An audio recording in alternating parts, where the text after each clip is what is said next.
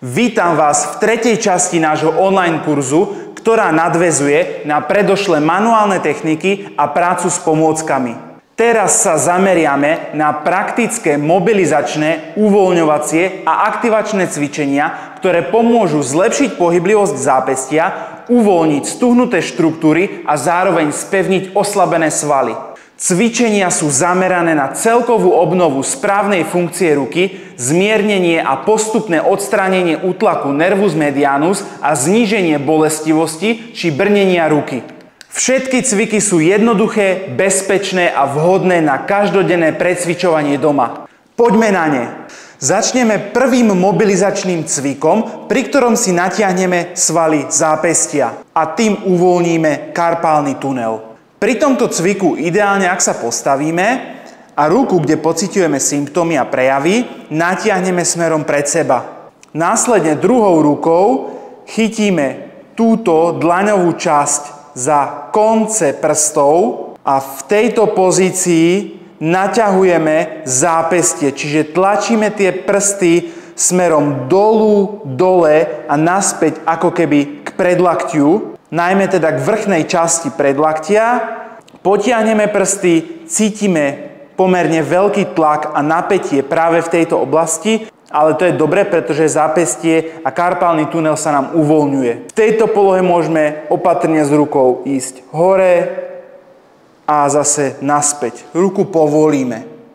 Opäť ruku natiahneme druhou rukou, konce prstov, prepneme, pretiahneme zápestie, počkáme chvíľočku, ruku môžeme zdvihnúť mierne hore, čím zvýšime ťah na svaly a vraciame sa späť, povolíme. Zopakujeme ešte raz, zápestie, natiahneme, ideme hore, povolíme, ešte raz opakujeme, chytíme, natiahneme, ideme s rukou hore, vraciame sa späť, cítime ťah, povolíme a ešte raz zopakujeme, potiahneme hore, vraciame sa späť, cítime napätie, povolíme. To isté môžeme zopakovať s druhou stranou, čiže opäť ruka pred seba, primárne teda pokiaľ pociťujete bolesti, symptómy aj na druhej ruke, zase ruku natiahneme, chytíme prsty a ideme smerom hore, vraciame sa naspäť, povolíme. Zase ruka pred seba, ideme smerom hore, povolíme. Pokiaľ máte prejavy a syndrom karpálneho tunela len na jednej ruke, tak kľudne zopakujte tento istý cvik s tou jednou rukou. Ja opakujem pre pestrosť aj s druhou rukou. Čiže zase natiahneme ruku, ťaháme smerom hore, vraciame späť, povolíme. Vyvrátime ruku, chytíme prsty, natiahneme, cítime ťah práve v tejto oblasti, natiahneme ruku hore, vraciame naspäť, povolíme, zopakujeme ešte raz, chytíme prsty, natiahneme, ideme hore, počkáme, vrátime sa späť, cítime ťah, povolíme. Cvik zopakujte kľudne 10 až 15 krát s jednou rukou, prípadne s druhou rukou, pokiaľ vás bolí aj druhá ruka. Ak máme, v tomto cviku ešte budeme pokračovať, a to tak, že si prepletieme takto prsty, vyvrátime ruky dlaňami smerom k zemi a následne vytiahneme ruky hore a naspäť. Zase vyvrátime, cítime napätie, ideme hore, vrátime sa naspäť. Ešte raz, vyvrátime, ideme hore, vraciame sa naspäť. Takisto pekne cítime napätie, cítime, ako sa nám zápestie a karpálny tunel naťahujú. Pri tomto cviku cielime na obe ruky, čiže oba karpálne tunely.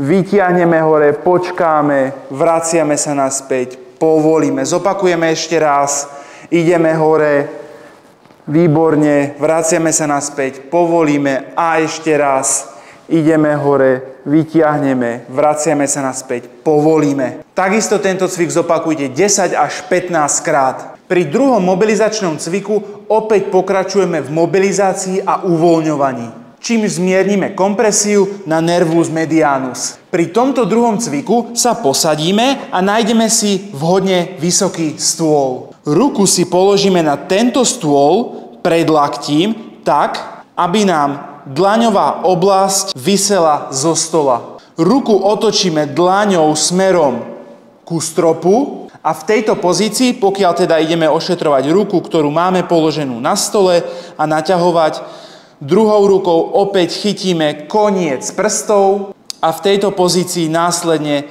ideme do dorzálnej flexie, respektíve extenzie zápestia, naťahujeme zápestie, cítime ťah, počkáme chvíľočku, povolíme, zase zopakujeme, naťahujeme, počkáme chvíľku, povolíme, ešte raz, natiahneme, držíme, vydržíme, povolíme. Krásne budeme cítiť, ako sa nám uvoľňujú stiahnuté štruktúry, stiahnutý väz a samotný nervus medianus. Čiže naťahujeme, počkáme chvíľku a ako náhle začneme cítiť intenzívnejšiu bolesť, povolíme. Opäť takisto potiahneme, zatlačíme, počkáme, povolíme, ešte raz opakujeme, natiahneme, počkáme, povolíme. Zopakujeme ešte raz v druhej sérii, ruka, prsty, vytočíme dlaňou ku stropu, natiahneme ruku, koľko nás pustí, povolíme, ešte raz natiahneme, povolíme, natiahneme, ešte raz, povolíme, zase naťahujeme, povolíme, naťahujeme, počkáme pár sekúnd, napočítame, povolíme, posledný krát zopakujeme, natiahneme, cítime ťah, povolíme. Takisto pokiaľ by ste mali problém s druhou rukou, to isté zopakujete na druhú stranu, čiže tú ruku, kde pociťujete bolesť, položíte na stôl a cez prsty vytvárate takúto extenziu a naťahujete celú túto oblasť. Pri treťom cviku si uvoľníme zápestie pomocou cviku, kde budeme stať pri stole. To znamená, že postavíme sa pri akýkoľvek stôl. Ja doporučujem, aby bol stôl vyšší, ako mám ja tento, pretože som vysoký a mám nízky stôl, tým pádom som tu viac zhrbený. Každopádne pre váš komfort môžete zvoliť vyšší stôl, oprieť si takto o stôl ruky a následne takýmto jednoduchým pohybom prenášať váhu smerom dopredu. Čiže ruky máme opreté, prenesieme váhu. Dôležité pri tomto pohybe je to, aby sa nám zápestie, respektíve dlaň, neodlepila od stola. Ako náhle by sa nám pri tomto cviku odlepila dlaň, tým pádom cvik necvičíme tak, ako by sme ho cvičiť mali a zápestie sa nenaťahuje tak, ako potrebujeme.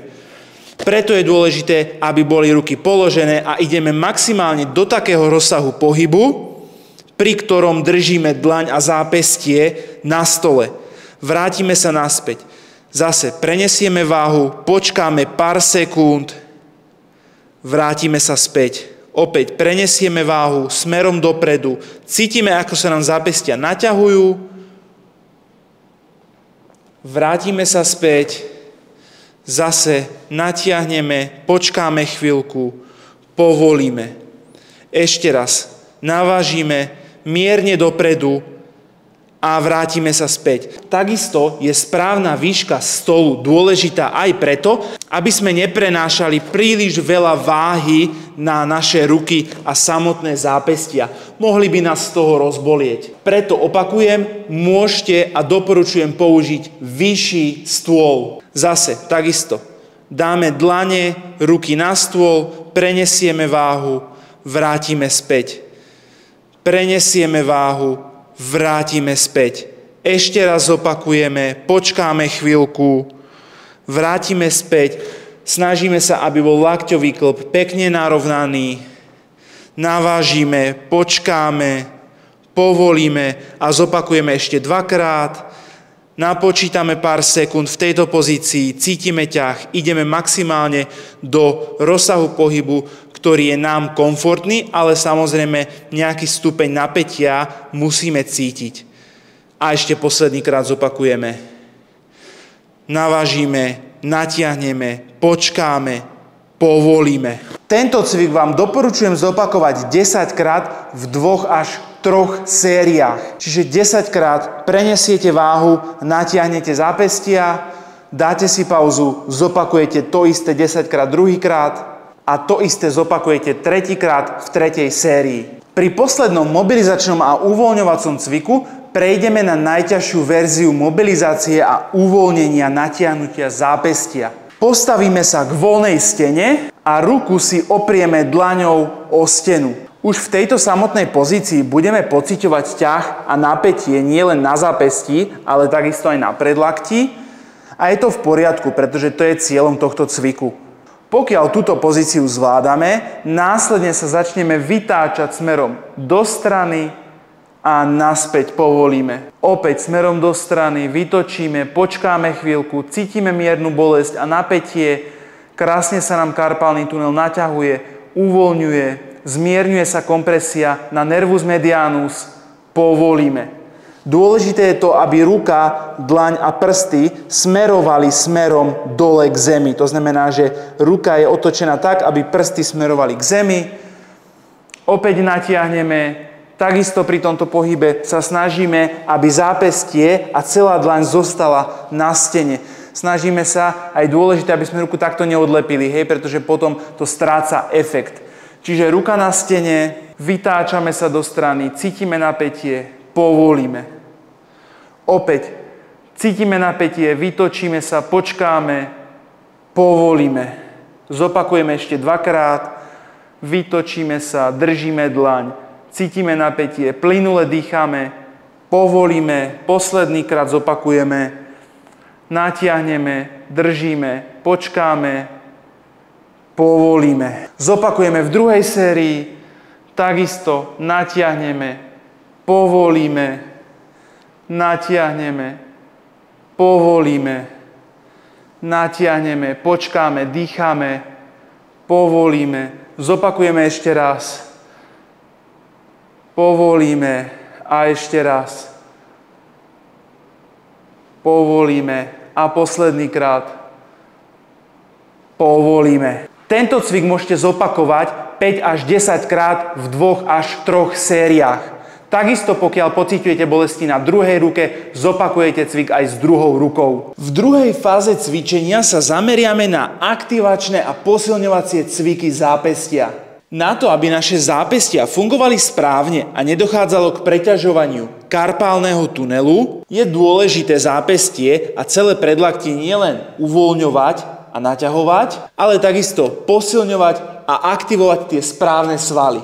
Práve to si ukážeme pri tomto prvom cviku. Čiže dáme sa na 4 v tejto polohe. Dôležité je, aby sme si ruky dali na prsty.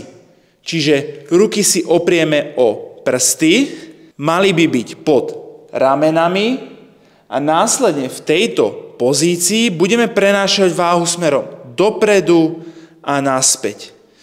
Dopredu a naspäť. Opäť dopredu a naspäť. Čiže ruky máme na prstoch, opreté, použijeme nejakú žinenku, cvik robíme normálne na zemi a prenášame takto váhu, pričom sa nám mierne naťahuje aj zápestie, ale hlavne dochádza k veľmi efektívnemu a účinnému posilňovaniu. Zopakujeme párkrát, ešte dvakrát a ešte posledný. Opäť zopakujeme v druhej sérii, dáme sa na 4, ruky si dáme na prsty a prenášame váhu dopredu a naspäť. Dopredu a naspäť. Pri tomto cviku dochádza k veľmi efektívnemu posilňovaniu nielen zápestia, ale samotného predlaktia, aj prstov, dlane a v podstate celej ruky. Cvik zopakujeme 5 až 10 krát po sebe, podľa náročnosti a podľa toho, ako daný cvik zvládame, tak, aby nás ruky príliš neboleli. Môžeme pri ňom pociťovať mierny tlak, ale nesmie to byť veľká bolesť. Vo veľmi pokročilej fáze tohto cvičenia a vašich karpálnych tunelov môžete kľudne tento cvik zintenzívniť vo verzii, kedy ste na špičkách, zdvihnete kolená a prenášate váhu dopredu, dozadu.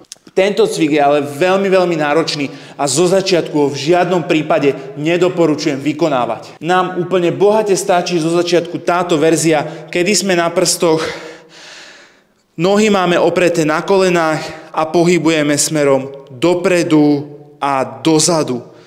Dopredu a dozadu. Zopakujeme ešte dvakrát. Ešte raz. A posledný.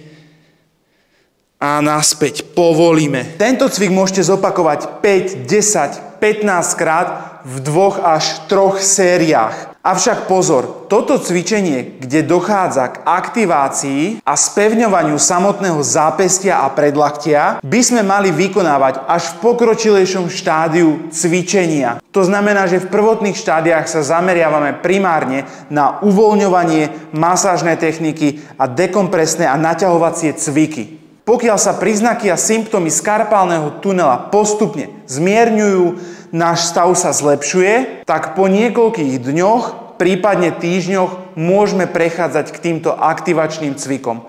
Zo začiatku začíname naozaj len veľmi máličko, čiže 5 opakovaní, 1-2 série a postupne môžeme tieto aktivačné cviky nabalovať a cvičiť viackrát. Intenzita a frekvencia týchto aktivačných cvikov je závislá aj od vášho daného stavu. Preto je dôležité cvičiť cviky v takej intenzite a frekvencii, aby ste boli vy sami s tým v poriadku a cviky bez problémov zvládali. Pri druhom aktivačnom a posilňovacom cviku použijeme závažie. S váhou to však nepreháňame. Môžeme použiť buď takúto 1-kilovú, prípadne pri chlapoch 2-kilovú činku, alebo plastovú fľašu napustenú vodou, čiže liter a pol vody. Opäť si sadneme pri stôl, ruku si oprieme o predlaktie a necháme, aby nám zápestie a koniec ruky, dlaň viseli zo stola. Vezmeme si toto závažie a začneme vykonávať takéto kruživé pohyby s týmto závažím. To znamená, že kruživý pohyb v zápestí, snažíme sa ten pohyb zaizolovať pekne práve do toho zápestia, tak aby pohyb nevychádzal z inej časti ruky. Čiže mierne si môžeme fixovať ruku a vykonávame takéto kruživé pohyby párkrát do jednej strany a párkrát do druhej strany. Zase do jednej strany a do druhej strany. Cvik môžeme trošku spestriť a budeme vykonávať tento pohyb v zápesti len smerom hore a dole. Zopakujeme párkrát, povolíme a zase pokračujeme v krúžení. Do jednej strany, do druhej strany.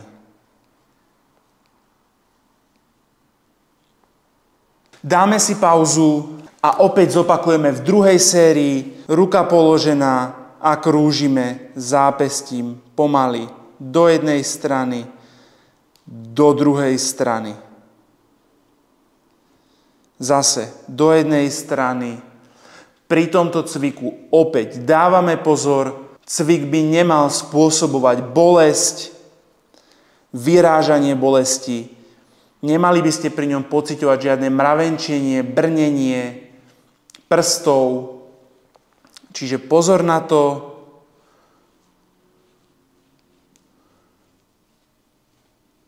Pokiaľ by ste u tohoto cviku začali pociťovať takéto prejavy, určite doporučujeme znížiť váhu, prípadne dať si prestávku, vykonávať tento cvik kratší čas.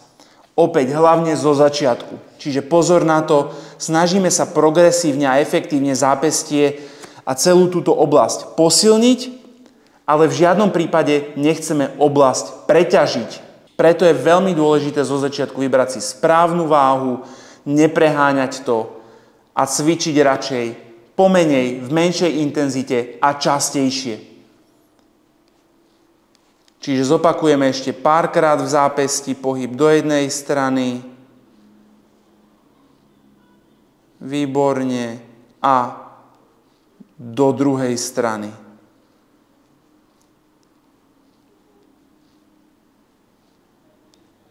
Super.